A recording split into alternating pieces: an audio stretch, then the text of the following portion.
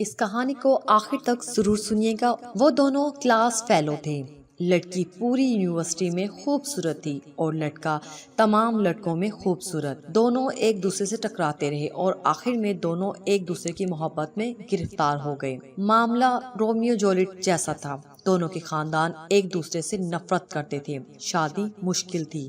دونوں باعزت گھرانوں کے سعادت مند بچے تھے۔ یہ بھاگ کر شادی کے لیے تیار نہیں تھے اور خاندان اپنے اپنے شملے نیچے نہیں لا رہے تھے، لہٰذا معاملہ پھنس گیا۔ لڑکے اور لڑکی نے پوری زندگی شادی نہ کرنے کا فیصلہ کیا۔ یہ دونوں اپنے اپنے گھر میں رہتے رہے۔ 5 سال دونوں کے درمیان کوئی رابطہ نہ ہوا۔ والدین شادی کی کوشش کرتے مگر یہ انکار کرتے رہے، یہاں تک کہ لڑکی کے والدین ہار مان گئے۔ لڑکی نے لڑکے کو فون کیا، لڑکے نے فون اٹھایا، لڑکی کی صرف ہیلو سنی اور کہا، مجھے بتاؤ میں نے بارات لے کر کب آنا ہے۔ دونوں کے والدین ملے، شادی ہوئی اور دونوں نے اپنا گھر آباد کر لیا۔ لڑکے نے کاروبار شروع کیا، اللہ تعالیٰ نے کرم کیا اور وہ خوشحال ہو گئے۔ یہ شادی 20 سال چلی۔ اس دوران 3 بچے ہو گئے۔ خاتون کو اپنے حسن، اپنی خوبصورتی پر بہت ناز تھا۔ وہ تھی بھی ناز کے قابل۔ وہ 45 سال اور 3 بچوں کی ماں ہونے کے باوجود جوان لگتی تھی۔ خاوند بھی روز اول کی طرح اس پر فریفتہ تھا۔ وہ روز جی بھر کر بیوی کی تعریف کرتا تھا، لیکن پھر ایک دن وہ ہو گیا جو نہیں ہونا چاہیے تھا۔ خاتون کے پر چھوٹی سی گلٹی نکلی اور یہ گلٹی پھیلتے پھیلتے ناسور بن گئی۔ ڈاکٹروں کو دکھایا، ٹیسٹ ہوئے، پتہ چلا خاتون جلد کے کینسر میں مبتلا ہے۔ خاوند صرف خاوند نہیں تھا، وہ اپنی بیوی کا ماہیوال تھا۔ وہ اپنی ران چیر کر بیوی کو کباب بنا کر کھلا سکتا تھا۔ وہ اپنی بیوی کو لے کر دنیا کے جہاں کے ڈاکٹروں کے پاس گیا، ایک کلینک سے دوسرے کلینک، ایک ڈاکٹر سے دوسرے ڈاکٹر اور ایک ملک سے دوسرے ملک۔ وہ دونوں چلتے رہے یہاں تک کہ ڈاکٹروں نے جواب دے دیا۔ خاتون کا جسم گلٹیوں سے بھر گیا۔ یہ مصیبت ابھی ختم نہیں ہوئی کہ ایک دوسری آفت آن پڑی۔ خاوند کی گاڑی ٹرک سے ٹکرائی اور وہ شدید زخمی ہو گیا۔ وہ ہسپتال پہنچا، پتہ چلا وہ بینائی کی نعمت سے محروم ہو چکا ہے۔ شہر کا خوبصورت ترین جوڑا بدقسمتی جلد کے کینسر کی مریض اور خاوند، بیوی جلد کے کینسر کی مریض اور خاوند آنکھوں سے اندھا۔ لوگ انہیں دیکھتے تو کانوں کو ہاتھ لگاتے تھے، لیکن یہ دونوں اس کے باوجود مطمئن تھے۔ یہ روز صبح باغ میں واک بھی کرتے تھے، سینما بھی جاتے تھے اور ریستورانوں میں کھانا بھی کھاتے تھے۔ بیوی خاوند کا ہاتھ پکڑ کر ساتھ ساتھ چلتی تھی، وہ اسے گائیڈ کرتی تھی اور خاوند بیوی کی گائیڈنس پر چلتا جاتا تھا۔ یہ سلسلہ بھی کئی ماہ تک چلتا رہا، لیکن پھر بیوی نے خاوند سے ایک عجیب مطالبہ کر دیا۔ وہ اکیلی سوئٹزرلینڈ جانا چاہتی تھی۔ خاوند نے وجہ پوچھی۔ بیوی کا کہنا تھا کہ وہ 10-15 دن اکیلی رہنا چاہتی ہے۔ خاوند نے اس کے ساتھ جانے کی ضد کی، لیکن وہ نہ مانی۔ اصرار اور انکار بڑھتا رہا، یہاں تک کہ آخر میں وہی ہوا جو ایسے معاملات میں ہوتا ہے۔ خاوند نے بیوی کو اجازت دے دی۔ بیوی سوئٹزرلینڈ چلی گئی۔ خاوند نے وہ 10 دن بڑی مشکل سے گزارے۔ وہ شادی کے 20 برسوں میں ایک دن کے لیے بھی اکیلے نہیں ہوئے تھے۔ یہ ان کی جدائی کے پہلے 10 دن تھے۔ یہ 10 دن پہاڑ تھے۔ خاوند اس پہاڑ تلے سسکتا رہا۔ 10 دن بعد بیوی نے آنا تھا۔ خاوند ایئرپورٹ پہنچا، لیکن بیوی نہ آئی۔ خاوند کو دنیا ڈولتی ہوئی محسوس ہوئی۔ وہ سارا دن بیوی کو فون کرتا رہا، بیوی سے رابطہ نہ ہوا، لیکن شام کو بیوی کا خط آ گیا۔ وہ خط ان کے بیٹے نے پڑھا۔ وہ خط صرف خط نہیں تھا، وہ ایک تحریری قیامت تھی اور پورا خاندان اس تحریری قیامت کا شکار ہوتا چلا گیا۔ دنیا میں ایسے بے شمار سینٹرز ہیں جہاں آپ اپنی مرضی سے مر سکتے ہیں۔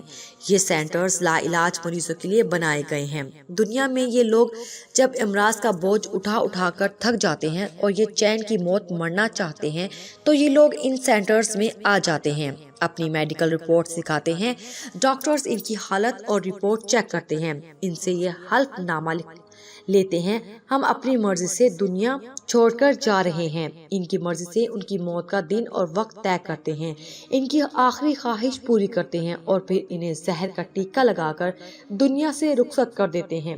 یہ عمل طبی زبان میں یوتھانیزیا یعنی آسان موت کہلاتا ہے۔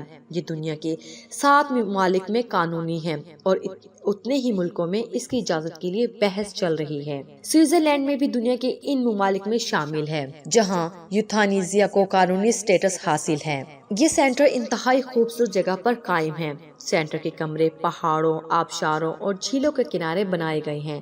مریض بیڈ پر لیٹ کر زندگی کی آخری صحبتیں اور شامیں دیکھتے ہیں اور آخر میں مہربان ڈاکٹروں اور نرسوں کے ہاتھوں میں زندگی کی سرحد پار کر جاتے ہیں۔ وہ خاتون بھی یوتھانیزیا کے لیے سوئٹزرلینڈ گئی تھی۔ وہ کینسر کا دکھ برداشت نہیں کر پا رہی تھی، چنانچہ اس نے آسان موت لینے کا فیصلہ کر لیا۔ زندگی کے آخری 10 دن گزارے اور عین اس وقت اپنے لیے موت کا تعین کر لیا جب اس کی فلائٹ نے وطن کی مٹی کو چھونا تھا۔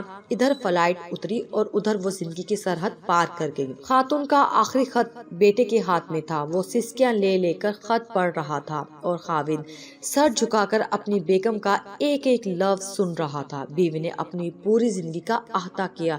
اس نے بتایا وہ جب پہلی بار یونیورسٹی میں ملے تھے تو اس نے محسوس کیا تھا وہ یونیورسٹی میں لڑتی کیوں تھی اور وہ کون سا دن تھا جب لڑتے لڑتے اسے محبت ہو گئی تھی۔ اس نے فرا کے وہ 5 سال کیسے گزارے تھے اور اس نے شادی کے بعد اپنے بچوں کو ملازموں کے رحم و کرم پر کیوں چھوڑے رکھا تھا۔ میں اپنی محبت کو تقسیم نہیں کر سکتی تھی، میں تمہارا حصہ اپنے بچوں کو بھی نہیں دے سکتی تھی۔ اس نے 20 سال کی ازدواجی زندگی کس مسرت اور سرشاری میں گزاری، اور پھر جب اسے پہلی گلٹی نکلی تو اس نے کیا محسوس کیا۔ وہ خود کو روز بروز بدصورت ہوتا ہوا دیکھتی تھی تو اس کے دل پر کیا گزرتی تھی۔ وہ قدرت کا یہ فیصلہ بھی سہتی چلی گئی، لیکن پھر عجیب واقعہ ہوا۔ آپ نے پہلے بچے بورڈنگ اسکول میں بھیج دیے۔ میں جانتی تھی آپ نے یہ فیصلہ کیوں کیا۔ آپ نہیں چاہتے تھے میرے بچے مجھے اس حالت میں دیکھیں اور پھر میں ان کی آنکھوں میں اپنے لیے ترس دیکھوں۔ پھر آپ ملازمتوں کو رشوت دیتے تھے اور وہ روزانہ کوئی نہ کوئی شیشہ توڑ دیتے تھے۔ میں آپ سے شیشے لگوانے کا کہتی تھی۔ پھر آپ ملازموں کو رشوت دیتے تھے اور وہ روزانہ کوئی نہ کوئی شیشہ توڑ دیتے تھے۔ میں آپ سے شیشے لگوانے کا کہتی تھی۔ آپ ہنس کر ٹال جاتے تھے۔ یوں آہستہ آہستہ گھر سے سارے آئینے غائب ہو گئے۔ آپ نہیں چاہتے تھے میں اپنی آنکھوں سے اپنی بدصورتی دیکھوں۔ بات اگر یہاں تک رہتی تو بھی میں برداشت کر جاتی، لیکن آپ نے آخر میں عجیب کام کیا۔ آپ نے ایکسیڈنٹ کیا اور خود کو اندھا ڈکلیئر کر دیا۔ میں جانتی ہوں آپ کی آنکھیں ٹھیک ہیں، آپ مسلسل 6 ماہ سے اندھے پن کی ایکٹنگ کر رہے ہیں، اور میں یہ بھی جانتی ہوں آپ نے ایسا کیوں کیا۔